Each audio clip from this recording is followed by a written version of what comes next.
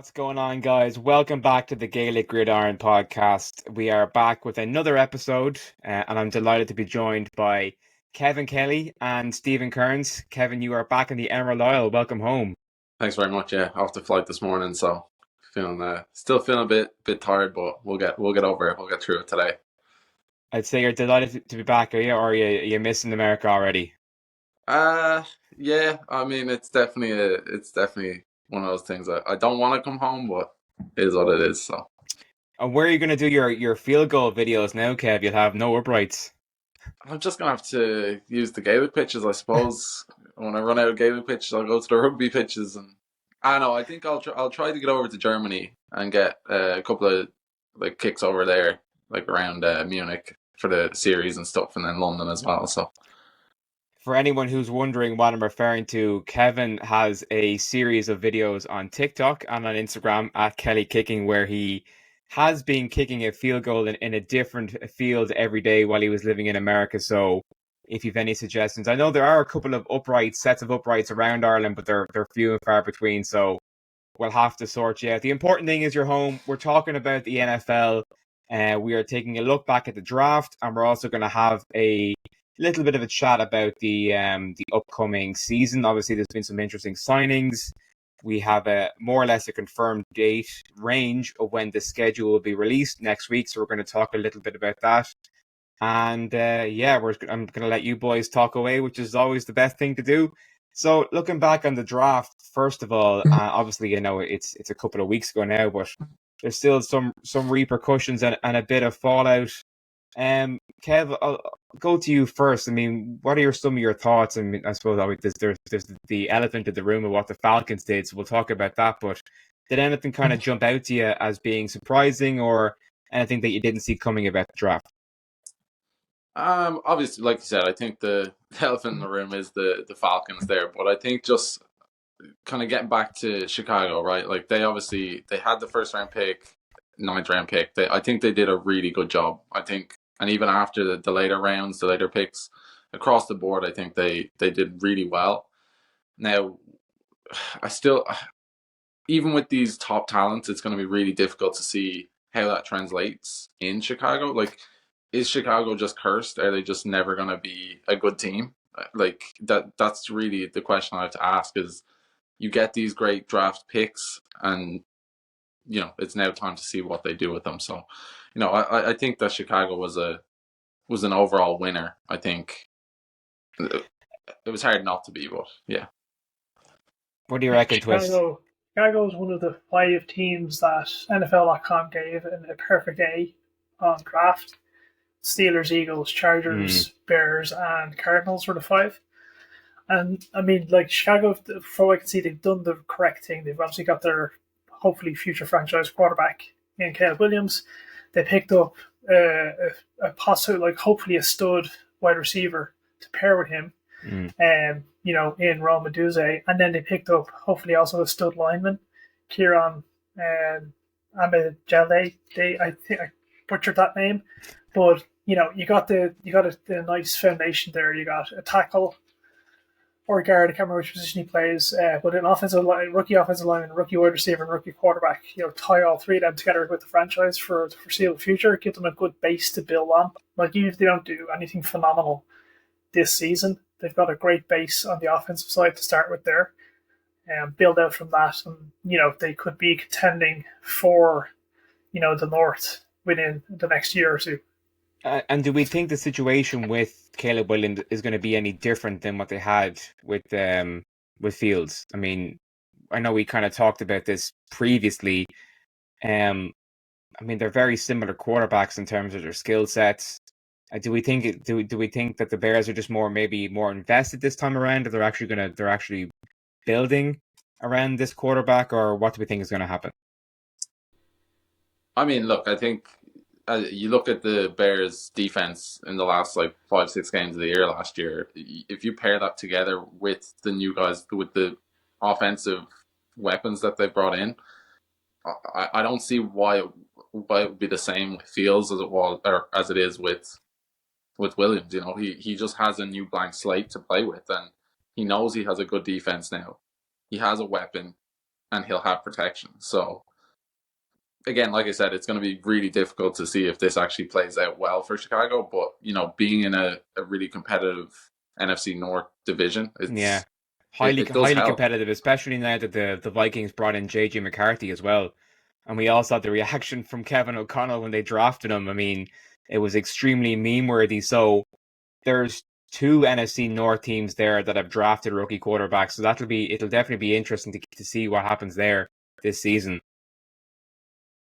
Yeah, no, I think the feeling is that the Bears were kind of treading water with Fields the last season and a half maybe, and they knew they were looking for the next quarterback. Fields was as deep. They came to the agreement. Maybe not publicly, but deep down the agreement that Fields was just a stopgap till they got their next franchise quarterback. They didn't really invest in him. They didn't build around him. And as soon as they traded into the Steelers for a pack of chips and a Coke, for nothing basically, they went into that draft and they made sure to build around Caleb Williams and that offense to pair out to complement that defense, because they want to be able to turn around and go Rodgers is gone from Green Bay. We can now take Green Bay down finally. We can stop being beat by Green Bay. That's what their hope is. Yeah, I mean, what's the name of the quarterback that the Packers have? Jordan Love, yeah. Exactly. That's with the quarterbacks that are now in the NFC North. Jared Goff has just blossomed in Detroit as well. NFC North champions last year for the first time since I was a nipper. So I think the NFC North is going to be way more interesting this year than it has been previously, because I think those 4 teams are going to legitimately compete for it now. Speaking of the Steelers twist there, Omar Khan and the front office, they have gone hard on protecting their quarterback. I think the first 3 picks were offensive linemen. As a fan, what did you make of that? I really wanted them to draft the center first, but they went with Troy Fatatu, the offensive lineman, first. Yeah, that was a great pick. Yeah, looking into him as a player, he's a mauler, brawler. He's a big Steelers fan since a kid. There was some, the reason he fell so much was there's some concern over previous knee injuries. The Steelers had no issue with that from his medicals. They took him, so they basically stole him from everyone else. Second pick was Zach Fraser, which was the center we needed to anchor that. And then we picked up Roman Wilson, the third wide receiver, to pair off against Pickens. I was reading somewhere he was in Michigan, obviously, where he played college football. So he won the national championship last year with Michigan. I think he was the highest productive receiver at Michigan in his senior season. So I think that was a great pickup, and I think something, like you say, that'll complement George Pickens well. Definitely, and to say he's the highest producing receiver on the Wolverines, that's something, because they were run heavy first. That's, I think, circling back to JJ McCarthy with the Vikings. That's one of the people who had concerns, and I don't know whether Kev has concerns because he's a big Vikings fan, that can he actually carry the team, because he did take his big shots when needed. But with Wolverines being such a good run-heavy team, there's some concerns. Can he actually handle the NFL load? And I'm dying to hear what Kev thinks about that. Yeah, look, I think, as far as quarterback coaching and coaching in general, I think that there is not a better new age coach than Kevin O'Connell. The way he speaks, the way he communicates, the way he gets his message across to his players and to the media. I think any quarterback that goes in there they'll have to try to fail. I think, I think they're going into one of the best offensive rooms in the league at the minute. Yeah. As long as we sign Justin Jefferson, that's obviously still on the table. But I think I have kind of also been thinking, how big do you guys think winning a national title is over, say Marvin Harrison Jr., who obviously didn't win a national title, but was the highest drafted wide receiver. Where's the line there? Do you go more national titles or just pure stats? I think it's a bit of both, honestly. I mean, for me personally, obviously the national championship. I mean, we saw how dominant Michigan were last season. I think that lends itself to a certain pedigree. Marvin Harrison, obviously coming out of Ohio State. I mean, they got the opportunity several times and failed. So I think national titles do lend themselves to quality and to a pedigree. I mean, you look at Georgia. I mean, Georgia have won how many national championships in the past couple of years, and their players that come out are absolute studs. I mean, Brock Bowers is going to be an absolute force in this league. And you look at the likes of the different linemen. You mean that have come out of Georgia as well. I mean, they just produce top players. So I would definitely say it's a bit of both because the individual talent lends itself to national championships, right? Yeah. I'm a little bit more on the national championship side. Like, stats are important, but I think the national championship, winning that, is slightly more important than stats, because you look at that, to get to the national championship, you have to play meaningful football. Now, not saying regular seasons is meaningful football, but once you get to the playoffs, whether it's college playoffs or NFL, everyone's record is 0-0. It's you win, or you win to get in, or you win, like you lose, you go home. And and that builds, like, that gives players that experience of that playing in that pressure situation.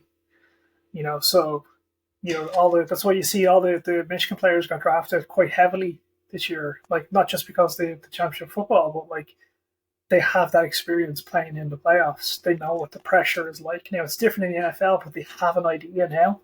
I mean, national championships prepare players are playing at those kind of high caliber teams, those pro style teams. I mean, Jim Harbaugh was the perfect example of a professional coach going to the college ranks and bringing that professional system with him. So I think it definitely prepares them for playing at the next level, the next step.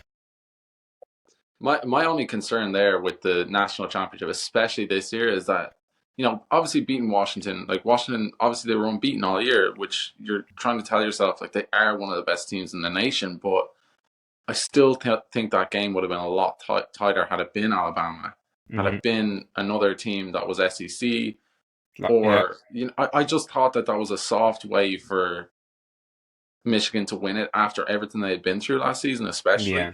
Like, they've obviously been through adversity, so there's also that to consider, is that they weathered a lot of storms there. So it was probably also Michigan's last chance for a number of years. I mean, Jim Harbaugh was, I don't know exactly how long he was there for, and he only won the national championship in his last season before going back to the NFL. So I think their window was wide, but they only capitalized once. So yeah. But as a Notre Dame fan, I'm absolutely fine with that. So moving back to the draft, we're going to talk about now, obviously, what the hell the Falcons were doing. They brought in Kirk Cousins, your erstwhile quarterback, Kev, in the offseason. Gave him a massive, fully guaranteed contract. He came out publicly and said he wants to retire in Atlanta, and then they turned around and drafted Michael Penix. What the hell was going on there? Look, I think, it's one of those things where obviously there's more and more comes out as the days go by. It's like, when he first signed there, it's all brilliant, all great news for Kirk, because in Minnesota they said, we'll give you another year, but we can't guarantee anything more than that. And we're going to get a quarterback. You look at the Falcons, who they said to Kirk, oh, we'll guarantee you for 4 years, but we'll kind of play around with your contract here and see how we can shaft you out of that next year if we want to. So I think he kind of is coming out looking like kind of the hard done by one here, really. To a certain extent, it doesn't look like a massive vote of confidence in Kirk's abilities. I mean, relatively speaking, he's not that old as a quarterback. He definitely has still got a good number of years left in him, I think. And I think the Falcons could have probably hung on and possibly got a quarterback later on in the draft. I don't think there was any need to take Penix Jr. that high, personally. No, definitely wasn't. I mean, you look at the. I mean, he could have easily fallen along with Bo Nix to the second round. Honestly, if there wasn't so many QB hungry teams, and I think it was a case. And sorry to interrupt you, Twist. I think there was a bit of a panic pick maybe by the Falcons. I don't even know why it was a panic pick. Like, if you look at the you go back and look at the draft footage, when it cuts back to the Falcons like war room, the Falcons owner is like almost like he's confronting the GM, like what the hell was that pick? Like why are we picking a quarterback? And I get it. You look at Penix, he's 24 years old. He's an old rookie. If Kirk doesn't get injured again and plays out his 4 years, Penix won't see the field until he's 28 as like a full-time starter. But then, if Kirk plays well, keeps it going, you're then looking at, after 4 years, both their contracts come up at the same time. Mm-hmm. And then if Kirk is still playing at a high level, you're faced with, he's only a rookie. He's not going to demand a lot of money, but do you gamble and let him walk then at that point? And then that's basically a wasted pick. You could have used that pick on something else. And in 4 years' time, picked up another quarterback. He also does have some injury concerns. He's torn the same ACL in his right knee twice while in college. So that is another thing to look at. And in general, it's even most of the experts, they still can't figure out why he took him like that position when he wasn't needed after signing Kirk Cousins. I agree mostly with all of that, but I think any GM is going to be able to spin it in the way that they want it to sound, right? Like this is perfect. If Kirk goes down early next season, or if Kirk has a great 2 years and, just isn't at the level he was the 2 years prior to that, it's just an easy transition. So part of me is like, it is a good pick because I just think the way they went about it, had they just been transparent and been like, we're going to get a quarterback either way, I think that was where they lost me. It'll certainly be interesting to see how that situation plays out in when we get into training camp during the summer, and whether it turns into an Aaron Rodgers and a Brett Favre situation, or if it's a more pleasant relationship and Kirk the kind of guy, he strikes me as the kind of guy who would take Penix under his wing a little bit and not be too. No, Kev, you're thinking otherwise? I think so, but I think also he's at that point in his career where he's like, I need to win a championship. A Super Bowl, absolutely. Like, he needs to not fall. And I think that plays into the pick that they did go with, was like, why would you not pick somebody that's going to help you now? I know I've been hearing that a lot from a lot of pundits. It's like, why not pick somebody that can help you now?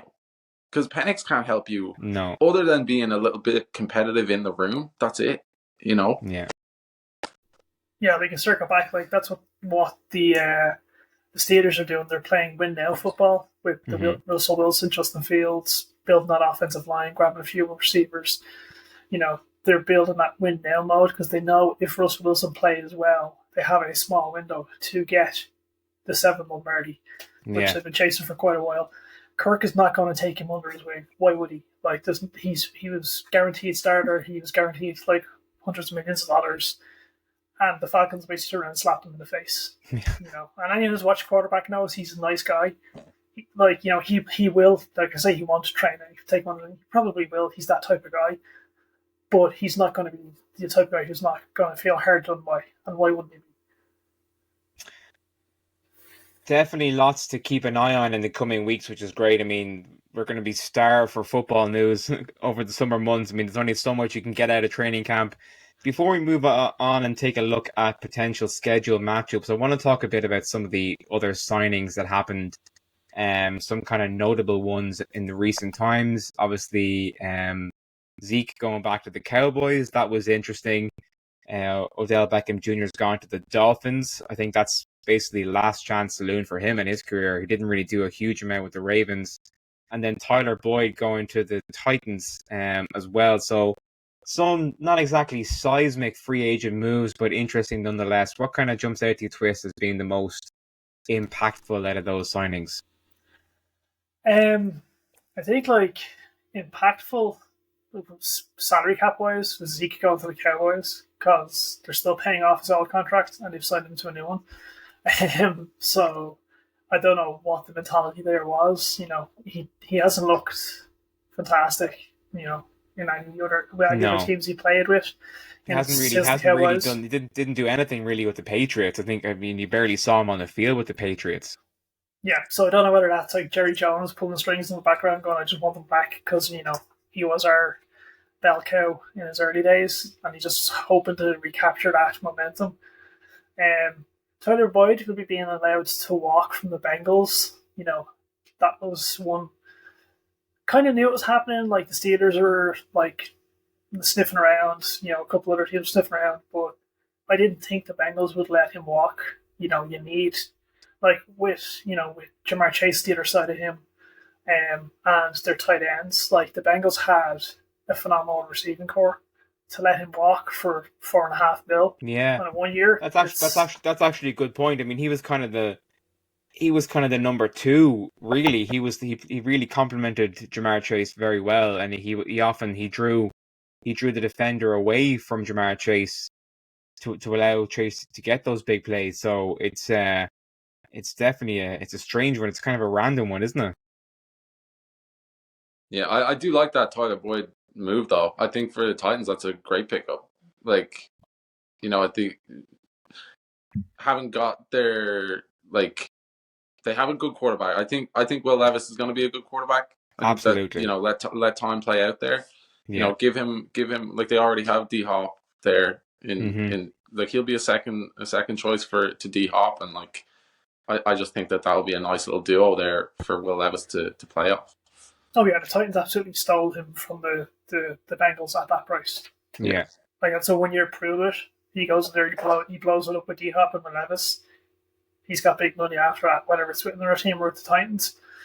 It's a smart move by Boyd, but the Titans are getting a bargain for that. Yeah, that's a strange one on the Bengals, really. I know you said it's been coming, but it's still strange to let someone of that talent go for that low salary. And a 1 year contract as well. Yeah. What do we make of OBJ going to the Dolphins then in South Beach? I mean, it's almost like going down to Florida for a pre-retirement party. It seems he's going down to Florida to party more than anything, I'd say. I mean, you look at all the professional sports in America, whether it's baseball, hockey, or football, you will get players who near the end of their career, it's pure championship chasing. Mm-hmm.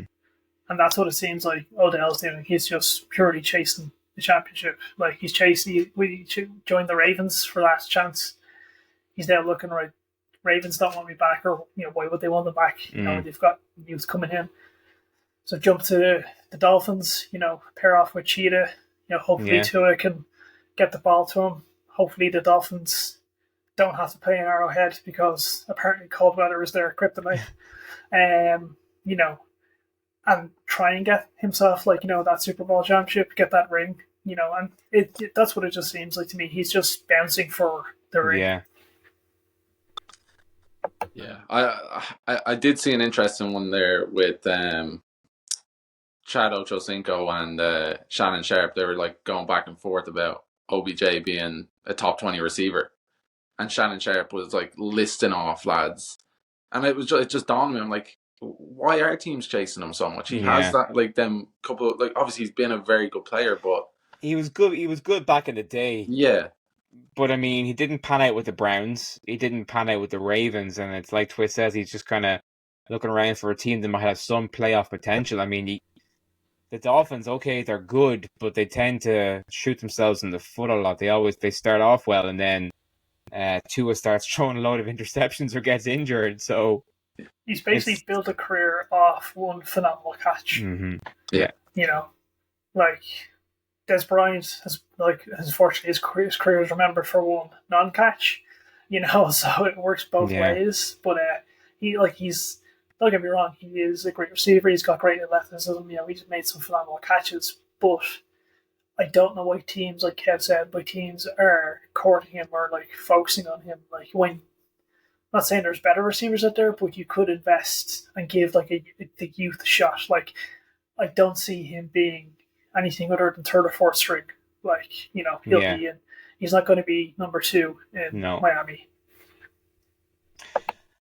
We're in a weird kind of stage now at the minute of the off season where we've had the draft and the dust has settled a little bit, and now the next big thing or the next big milestone in the off season is the schedule release, which is rumored to be released on the 15th of May, according to Scott Hansen on Twitter. And I suppose the big question, and we'll talk about some of our individual team matchups now in a minute, but Kev, before we came on, you were talking about who the Chiefs might face in the opening game of the season. Obviously, as Super Bowl champions, they have the pleasure of hosting the first regular season game of the year. Who would you like to see them play against? I know the big matchup is probably going to want to be Baltimore, just for that AFC matchup again, but I really think the Bengals would be a better game, just with that rivalry between Burrows and Mahomes. I think that bringing that back to the forefront will be really important for the AFC. But yeah, I think I don't see them going in conference game right off the bat. Like they never tend to do that. What about the Niners in a Super Bowl rematch? That could be interesting. Yeah, again, I still think that like they did it last year with the Lions. Obviously, like they knew that the Lions were going to be a good team, so they're like, let's make this juicy as possible. So I don't know if they'll necessarily want to go straight for a matchup like that right away, but I do see it going more towards the Bengals just because of that Burrows Mahomes. I mean, for me, if you're talking like Chiefs, first game of the season, I'd like to see Chiefs Bills just because Josh Allen hasn't gotten over that hump. But as you rightfully said, they're not really probably going to focus on AFC.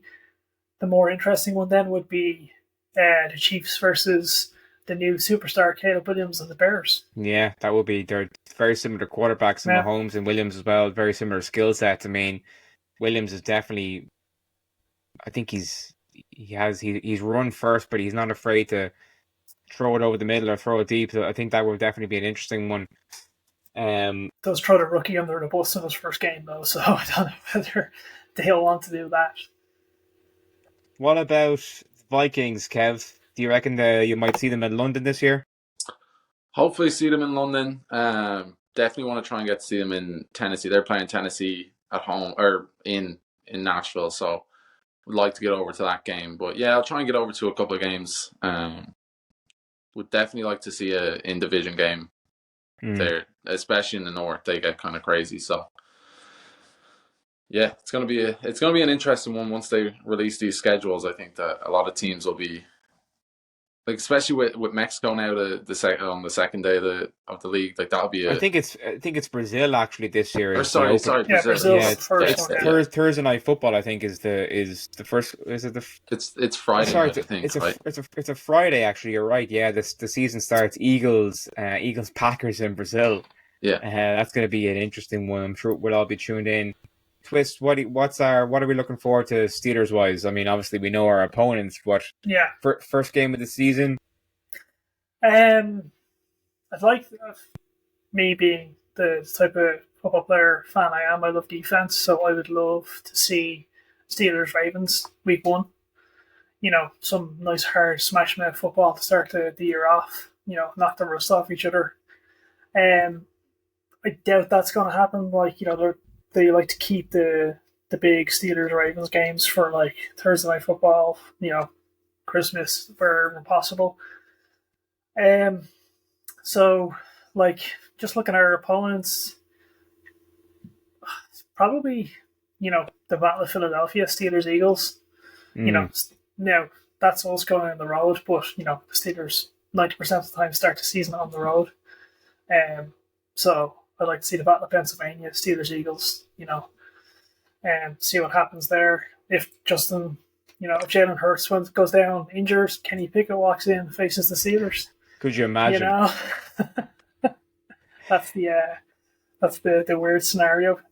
But it's going to be really interesting as well to see who comes to London as the away teams, because obviously we have the Bears, Vikings, and Jaguars as the home teams in the UK. We have the Panthers as the home team in Munich, and we're all going to be at that one, by the way. Boys, you better book your days off now, because the Gaelic Gridiron team is going to every single NFL international game this year, apart from the Brazil one, obviously. The budget's not going to cover that, I'm afraid. Look, well, if we can get a sponsor on board, nudge, nudge, wink, wink, we might be able to afford a flight to South America. But like that's going to be, and the NFL UK and Ireland posted a video yesterday of Deebo Samuel saying something big's coming soon. So I think that was a major hint that we can see the Niners in London this year. Well, the Steelers won't be in London because none of the London teams the Steelers play. No, the Steelers won't be in London. They're saving the Steelers for Dublin in 2026, hopefully. Well, yeah, maybe 2025. It could be Vikings 49ers. That would be a good matchup for London. I think that'd be a great game. Two massive fan bases in Ireland and the UK. Yeah, I would love to see that. But on the schedule side of things, the top three teams that have the hardest schedule. Number 1 is the Browns. Number 2 is the Ravens. Number 3 is the Steelers. And the weakest schedules are the Bears, the Saints, and the Falcons. So, NFC North, the top 3 of the 4 teams in NFC North have the hardest schedule this year. So that's going to be fun to see. Does it give Joe Burrow and the Bengals a clean shot at the title? There's videos of him like just 20 minutes ago out in the field slinging balls again. Yeah, he's looking good. He definitely is looking good already. Well, it's definitely going to be interesting to see what transpires in the next week or so. They might start teasing games a bit earlier and building up to that big schedule release. Well, look, lads, always a pleasure to talk NFL and football with you, and we will be in touch. Obviously, we'll be jumping back on next week to review the schedule. And Kev, welcome home. I mean, we're going to have an in-person catch-up and maybe an in-person podcast in the near future. So looking forward to that. Lads, thank you very much for your time, and we'll talk soon, all right? Cheers. Later.